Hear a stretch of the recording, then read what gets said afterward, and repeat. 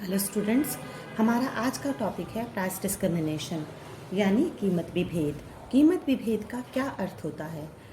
जब एक सेलर एक ही वस्तु को अलग अलग बायर्स को अलग अलग कीमत पर प्रोवाइड करवाता है, अवेलेबल करवाता है या सप्लाई करता है, that is called price discrimination. Monopoly में हमने पढ़ा था कि सिंगल सेलर होता है और उसका कोई भी क्लोज सब्स्टिट्यूट नहीं होता, इसीलिए वो एक्स्ट्रा प्रॉफिट्स लेने के लिए कुछ ना कुछ स्ट्रैटेजीज अडॉप्ट करता है। प्राइस डिस्क्रिमिनेशन भी उसकी एक स्ट्रैटेजी है, क्योंकि उसका कोई क्लोज सब्स्टिट्यूट नहीं होता है। तो प्राइस डिस्क्रिमिनेशन केवल मोनोपोली में ही संभव है, क्योंकि वो अकेला सेलर है, तो वो अपनी मनमानी कर सकता है, अपने प्रोडक्ट को अलग अलग कीमतों पर बेच सकता है। तो इसीलिए इसके जो मोनोपोली के अंतर्गत जो सेलर होता है अलग अलग बायर्स को अलग अलग कीमत पर जो अपना प्रोडक्ट सेल करता है। तो प्राइस डिस्क्रिमिनेशन की किस्में कौन कौन सी हैं? सबसे पहली है प्राइस डिस्क्रिमिनेशन, जो होती है पर्सनल प्राइस डिस्क्रिमिनेशन में क्या है कि पर्सन टू पर्सन वेरिएशंस हैं। मतलब किसी व्यक्ति को कोई रेट लगा दिया, किसी व्यक्ति को कोई और रेट लगा दिया। इसका मीनिंग क्या है कि पर्सन टू पर्सन जो है कीमत विभेद पाया जाता है।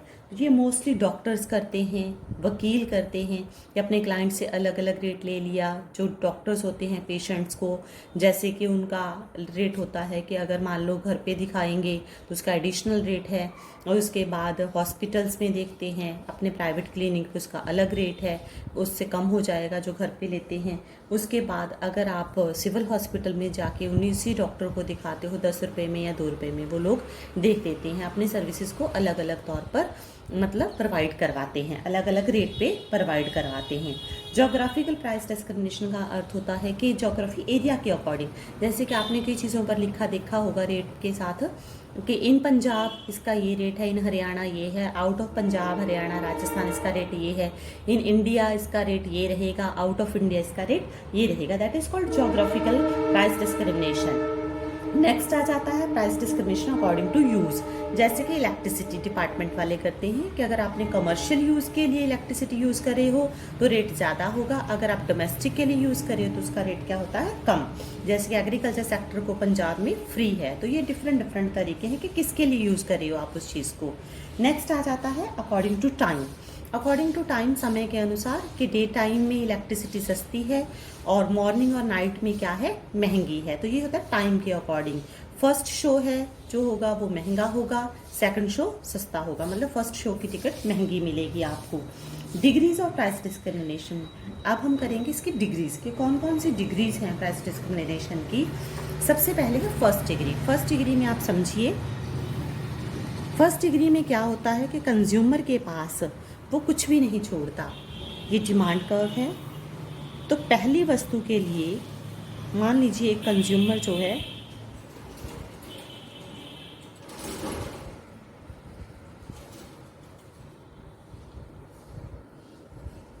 ₹10 देना चाहता है और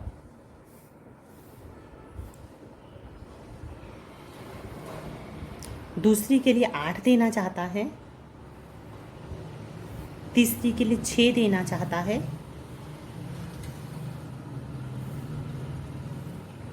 चौथी के लिए मान लो 4 देना चाहता है।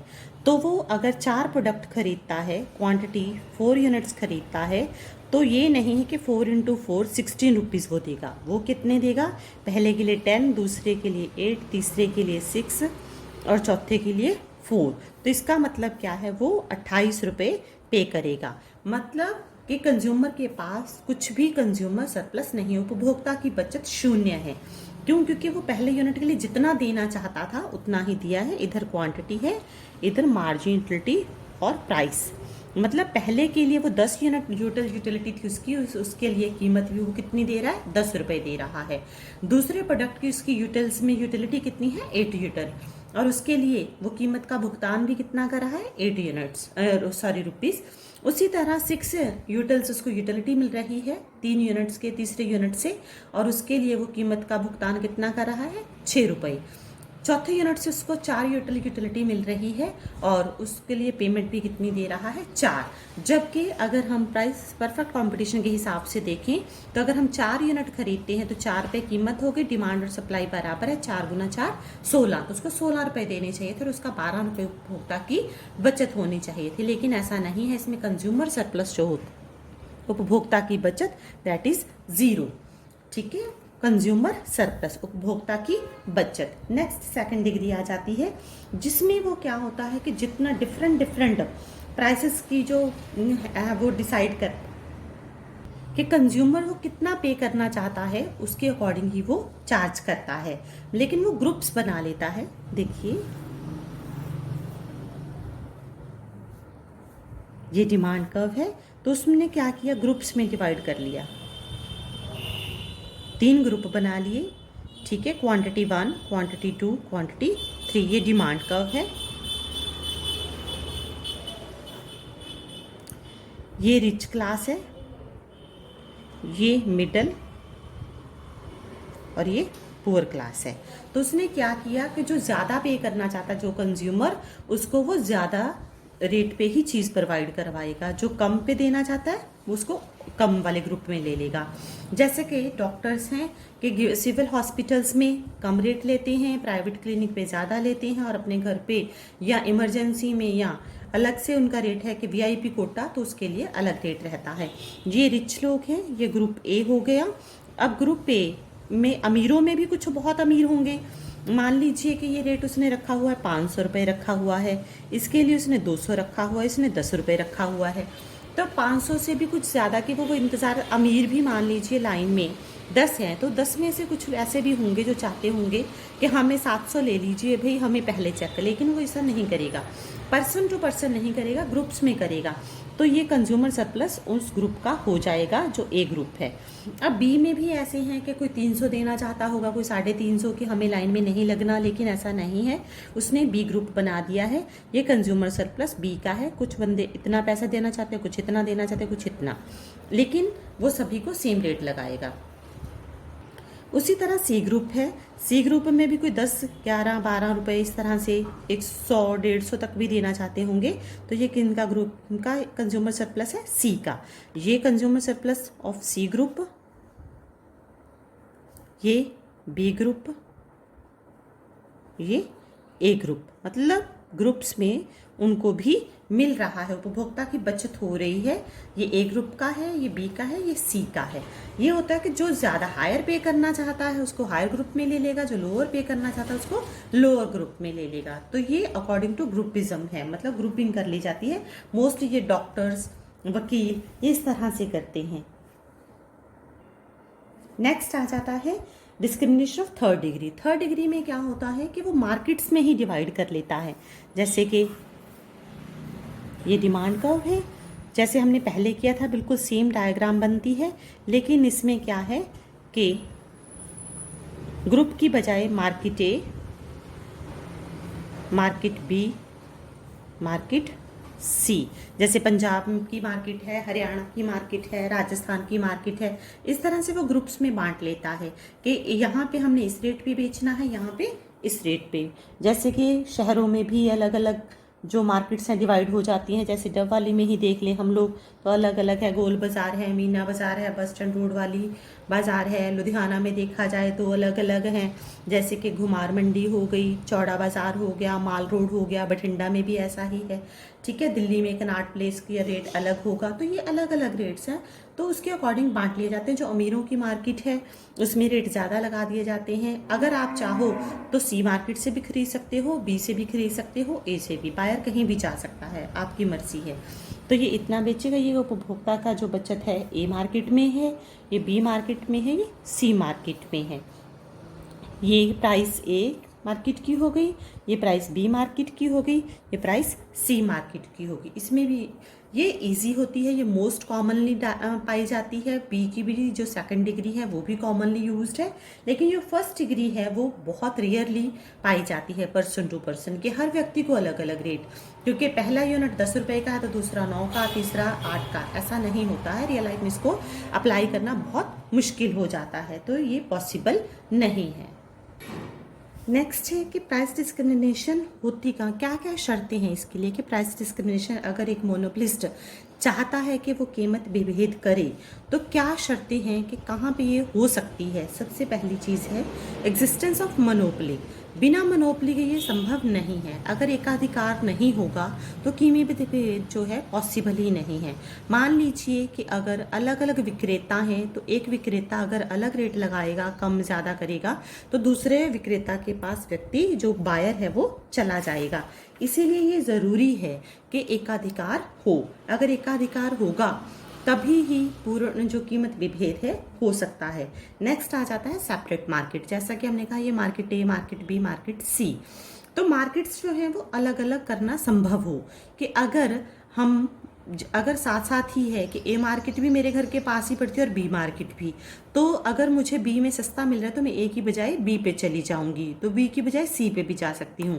तो ये ज़रूरी है कि मार्केट्स को अलग अलग करना संभव हो कि मतलब एक व्यक्ति जो है ना तो सामान इधर उधर शिफ्ट हो सके मार्केट से, ना ही आप शिफ्ट हो सको, ना तो बायर जा सके इधर उधर, ना ही सामान इधर उधर जा सके। मान लीजिए हम बी सी से उठाकर सामान, अगर कोई बायर उठा ले वहाँ से सामान और वहाँ जाके ए बाज़ार में सेलर बन जाए तो क्या फ़ायदा होगा, वहाँ पे जाके वो महंगा बेच देगा। तो ऐसा नहीं होना चाहिए कि ना तो सामान मूव होना चाहिए ना ही बायर्स मूव होने। मतलब कि अगर ए बाज़ार है, बी बाज़ार है, सी है, अगर आपने मार्केट्स को बांटा है तो वो मार्केट बंट सकें आपस में। ऐसा ना हो कि सामान मूव हो जाए तो उसका कीमत विभेद का कोई फ़ायदा नहीं होगा, क्योंकि अगर बायर चला जाएगा सी बाज़ार में तो वो सस्ता प्रोडक्ट ले आएगा और ए से कोई भी नहीं खरीदेगा। मार्केट को मतलब सेपरेट करना पॉसिबल हो। नेक्स्ट आ जाता है कि इसको मार्केट्स में ए मार्केट, बी मार्केट, सी मार्केट में अगर आप बांट रहे हो सामान को, एक मोनोपोलिस्ट है, एकाधिकारी है, अलग अलग बाज़ारों में अलग अलग कीमत पर चीज़ को बेचना चाहता है, प्रोडक्ट को बेचना चाहता है, तो उसकी जो लागत है वो कम से कम होनी चाहिए। क्योंकि अगर ऑब्वियस है उसने ए बाज़ार में भी सामान बेचना है, बी में भी बेचना है, सी में भी बेचना है, और वो व्यक्ति अकेला है तो उसको ए में भी शॉप चाहिए, बी में भी शॉप चाहिए, सी में भी शॉप चाहिए, और जो शॉप का खर्चा है वो बहुत ज़्यादा बढ़ रहा है लेकिन कमाई उतनी हो नहीं रही, तो कोई फ़ायदा नहीं है। मतलब कि उसके जो एक्सपेंसेस हैं वहाँ पे गोडाउन के, ट्रांसपोर्टेशन के, या फिर दुकान के, वहाँ पे सेल्समैन रखने के, वो सारे खर्चे अगर मिला लिए जाएं तो वो कम से कम पड़ने चाहिए। ऐसा ना हो कि अगर वो खर्चा ही ज़्यादा हो गया और कमाई कम हुई है, हमने डिस्क्रिमिनेशन ए में करी, मतलब कीमत उसमें ज़्यादा रखी, बी में कम रखी। ए में आपने कीमत 2 रुपये ज़्यादा रखी है, बी में 2 रुपये कम है, तो इट मीन्स क्या है कि खर्चा आपको 3 रुपये पड़ रहा है पर यूनिट बेचने का ए में, तो कोई फ़ायदा नहीं है, तो एक ही रेट रखा जाएगा। तो इसलिए ज़रूरी है कि खर्चा मिनिमम होना चाहिए आपस में बांटने का। नेक्स्ट आ जाता है production of commodity to order. अगर ऑर्डर पे कोई प्रोडक्ट हम ऑर्डर देते हैं, मान लीजिए आपने कोई फर्नीचर बनवाना है, बेड बनवाना है, सोफ़ा बनवाना है, आप अपने अकॉर्डिंग डिज़ाइन देते हो या उसमें अमेंडमेंट्स करवाते हो कि हमें ऐसे नहीं, यहाँ पे ड्रॉर नहीं चाहिए, यहाँ पे चाहिए, तो ये अलग अलग चीज़ें आप एक्सप्लेन करते हो कि हमें इस तरह से थोड़ा सा चेंजेस चाहिए, तो उसके हिसाब से वो वस्तु क्या हो जाती है, महंगी। क्योंकि ऑन ऑर्डर हमेशा जो वस्तु होती है वो महंगी ही मिलती है, जो उनके पास तैयार होती है उसका रेट कम होता है। अगर हम उसमें थोड़ी सी अमेंडमेंट की बात कहते हैं तो वो चीज़ क्या हो जाती है, महंगी हो जाती है। लीगल सैंक्शन, जैसे कि रेलवे में है, इलेक्ट्रिसिटी में है, लीगल सैंक्शन है, लीगली सैंक्शनड है कि first class, second class railway में जिस तरह से होता है, फर्स्ट क्लास वही जर्नी है, उसी ट्रेन में जाना है, तो फर्स्ट क्लास की टिकट जो रेट होता है ज़्यादा होता है, दूसरी का बी क्लास का कम होता है।